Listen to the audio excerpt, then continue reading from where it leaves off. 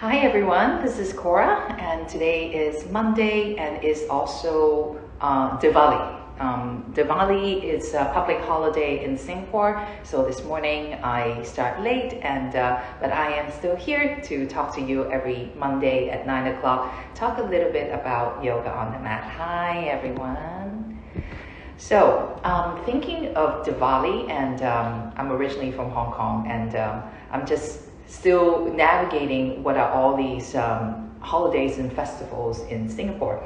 And when I look it up, it says Diwali is the festival of light. And it's a celebration of us going from a place of darkness into light, right? Lightness. So today I thought I would talk about clarity. This morning when I wake up and I look out, and today is a cloudy day. It's a bit muggy and not much visibility. So not clear, not clear. And it makes me think about days that when it's like this, right? It's lack of clarity, there's not so much visibility. But now we'd like you to kind of close your eyes and imagine all of a sudden the fog lifts and everything becomes clear. I think we have all that experience. So I think in our life, it's clarity. It's something that we do want to seek, and we want to consistently having a practice to find more clarity about ourselves, like including clarity in the body, which is what yoga is. We want to clear the knots, clear the areas that we feel knots or stuck, and also really in life. So today I would like to talk a little bit on, this is yoga off the mat, so more on the strategy in our daily life on how to find more clarity in life. So first of all, what is clarity? So clarity is being clear, knowing what you're doing, right? So when you are clear about what you are doing, what is good for you, then you have a clear direction and path. Living intentionally do require clarity. And when you're clear about what makes you happy, what makes you healthy, what makes you feel good, then life is better. There is less confusion, there's less doubt, and in some ways when we have clarity, we make things easier. We all feel that when we feel confused or clogged up, then we get stuck. But getting there requires a lot of little changes day by day, creating good habits, and also commitment to find, to seek, being clear on things, especially in modern day life when we are very busy, very distracted, and a lot of times feeling overwhelmed. So I think one message for being clear is really know what matters and get rid of the rest, right? It's like one simple sentence, like being clear what matters and the rest, we get rid of it, right?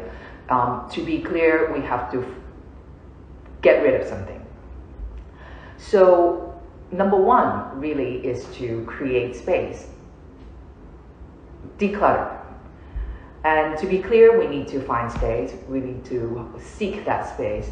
When we have a lot of clutter, then our mind has to process all the things that comes to us, right? If our home environment or work environment has all the mess, then these clutters results in brain fog. When we have a lot of things that we piled up that we need to do, or to-do list that gets longer and longer and bigger, it's not clear. And we need to find time to clear out our space, to create space and clear out our clutter. Emails is another thing that I think it's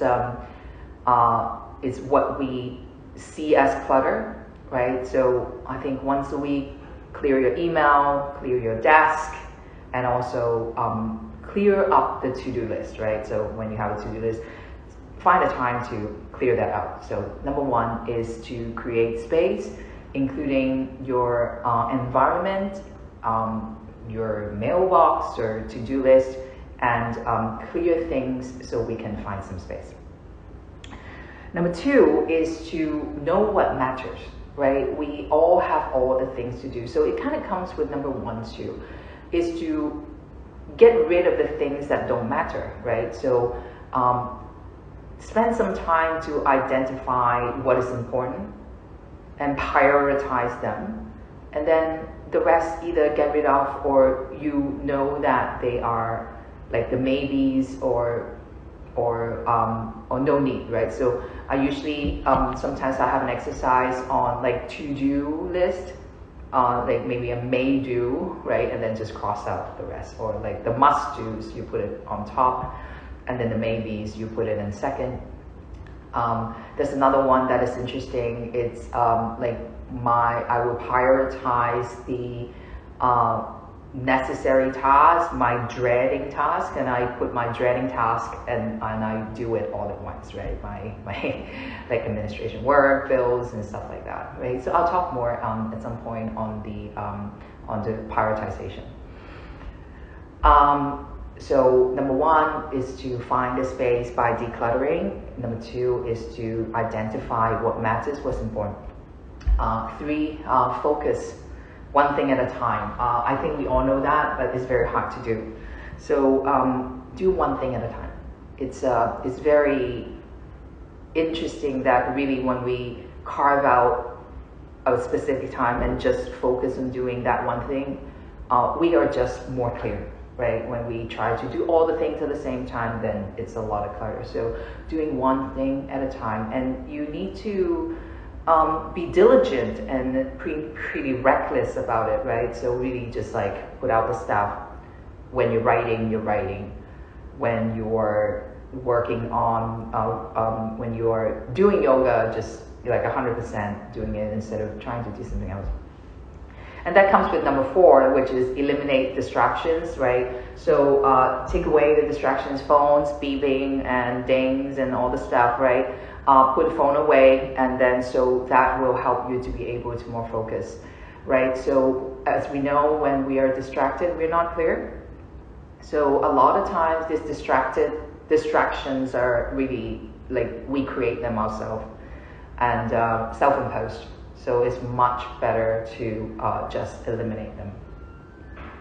Find some quiet time for yourself is the next one, right? Like if meditation is the practice, is really useful to just take a moment and sit and be quiet. We are so busy right now, and it's just go things after things and after things. And even when we don't want to, there's so much stimulation coming to us, all the screens, and when you're walking, all the marketing stuff. You walk around malls and there's music coming in, right? There's music. You can't help it. You're in a car, you know, the radio is going on. It's really hard to find quietness, and we have to find it. We have to create that space and find it ourselves. Find a place to be quiet. Meditation is not exactly like clear our head. Yes, it is.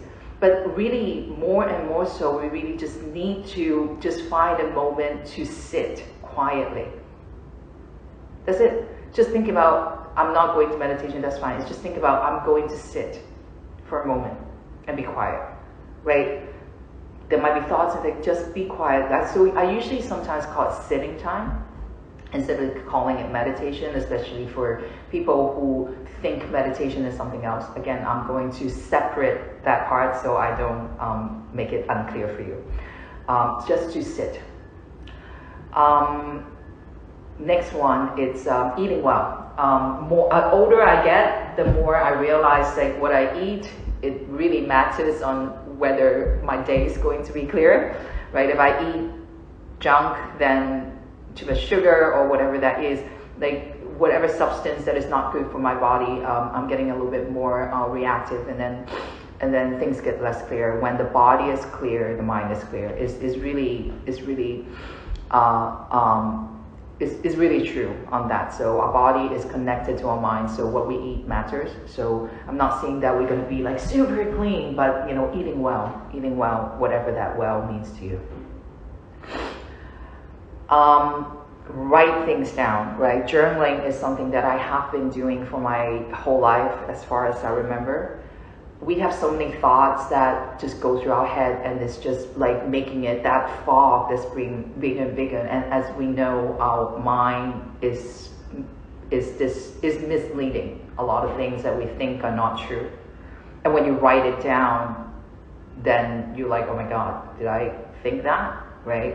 So writing things down or journaling is a great way to find clarity on things, and it's like you will find a lot of interesting things and being more clear as we go in, as you write things down, having some sort of journaling practice on self-reflection.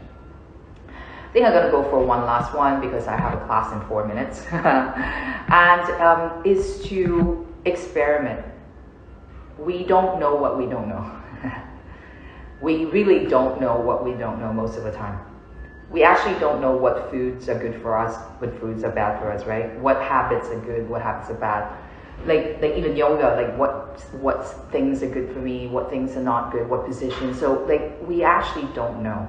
And we have to be willing to experiment and really put ourselves into it in order to find clarity. So experiment, try things out, and through that, slowly cultivate more clarity and knowing about ourselves, and then that's where we find clear. So again, I'm going to wrap this up. Hope to make it clear for you. Remove the excess, remove distractions, and get light. Get clear of what it matters, and get rid of anything else that doesn't. So happy Diwali, and I'm going to teach now. See you all next Monday or on Thursday about practice.